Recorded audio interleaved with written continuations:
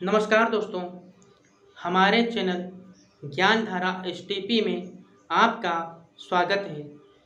मैं आशीष कुमार आज फिर आपके लिए ओशो की एक नई कहानी लेकर आया हूं और एक नई सीख लेकर आया हूं।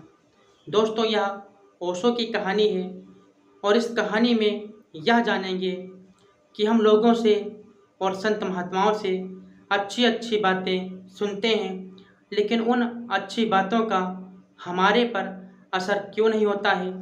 इसलिए इस कहानी में यह जानेंगे और इस कहानी को पूरा सुने, वीडियो को अंत तक देखें, कहीं पर भी स्किप ना करें। तो दोस्तों, आइए अब हम आपको ओशो की कहानी की तरफ ले चलते हैं।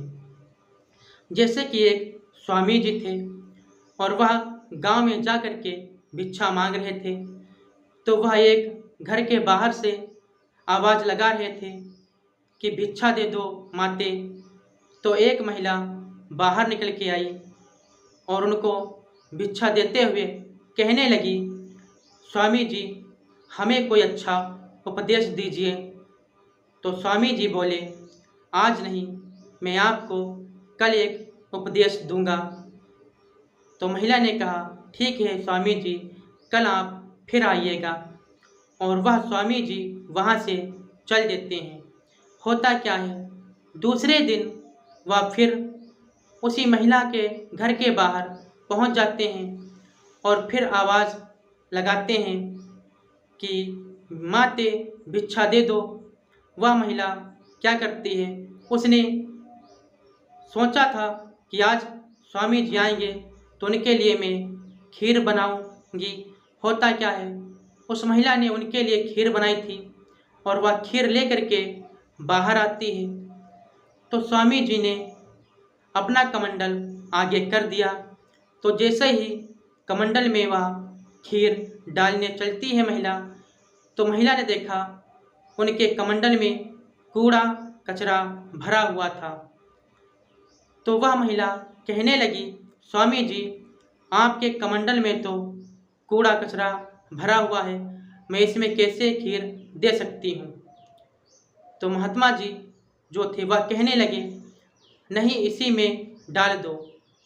तो वह महिला फिर बोली कि नहीं स्वामी जी, हमने इतनी अच्छी खीर बनाई है और अगर मैं इसमें डालूंगी कमंडल में तो हमारी खीर खराब जाएगी और ना ही तो हमारे लायक और ना ही तो आपके लायक रहेगी खाने के लिए।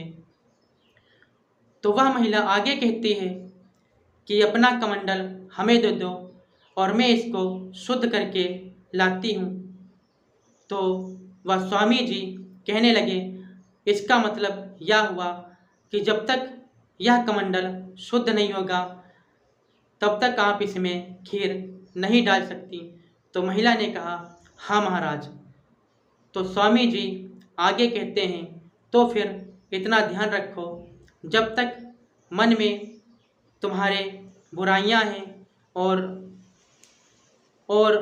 बहुत सारी बुराइयां भरी हुई हैं, कुसंस्कार भरे हुए हैं, तब तक हम भी अपना एक अच्छा उपदेश, अमृत जैसा उपदेश आपके हृदय में नहीं डाल सकता। हमारा दिया हुआ उपदेश खराब जाएगा, ना ही तो आपका और ना ही तो हमारा रहेगा। तो महिला उनकी बात समझ जाती है। तो स्वामी जी आगे कहते हैं कि अगर आपको अगर अमृतपान उपदेश का करना ही है तो पहले आपके अंदर जो बुराइयां भरी हुई हैं उनको निकाल दो। होता क्या है, महिला समझ जाती है और वह घर के अंदर चली जाती है और फिर स्वामी जी भी वहाँ से चले जाते हैं। तो दोस्तों, यह ओशो की कहानी थी और इस कहानी से यही सीख मिलती है कि हमारे अंदर पहले से बुराइयां भरी होती हैं और जब कोई हमें अच्छा उपदेश देता है तो हमारे हृदय में अच्छाई भी आती है। लेकिन आप जानते हैं, आग और पानी की कभी दोस्ती नहीं हो सकती।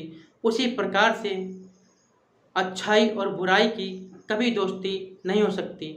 अगर आपके हृदय में बुराई भी है, अच्छाई भी है, तो एक ही चीज़ टिक सकती है, या तो आप बुराई को भगाएं, तभी आपके हृदय में अच्छाई टिक सकती है। और दोस्तों, यह भी ध्यान रखें कि अगर कोई पेड़ है, जब तक वह पतझड़ नहीं होता है तब तक उसमें नए पत्ते नहीं लग सकते हैं। तो आपके अंदर जो बुराइयां हैं उनको पतझड़ करना ही पड़ेगा, तभी संत महात्माओं की बातों का असर होगा। फिर आप पेड़ की तरह हरे भरे दिखेंगे और सुंदर दिखेंगे लोगों को।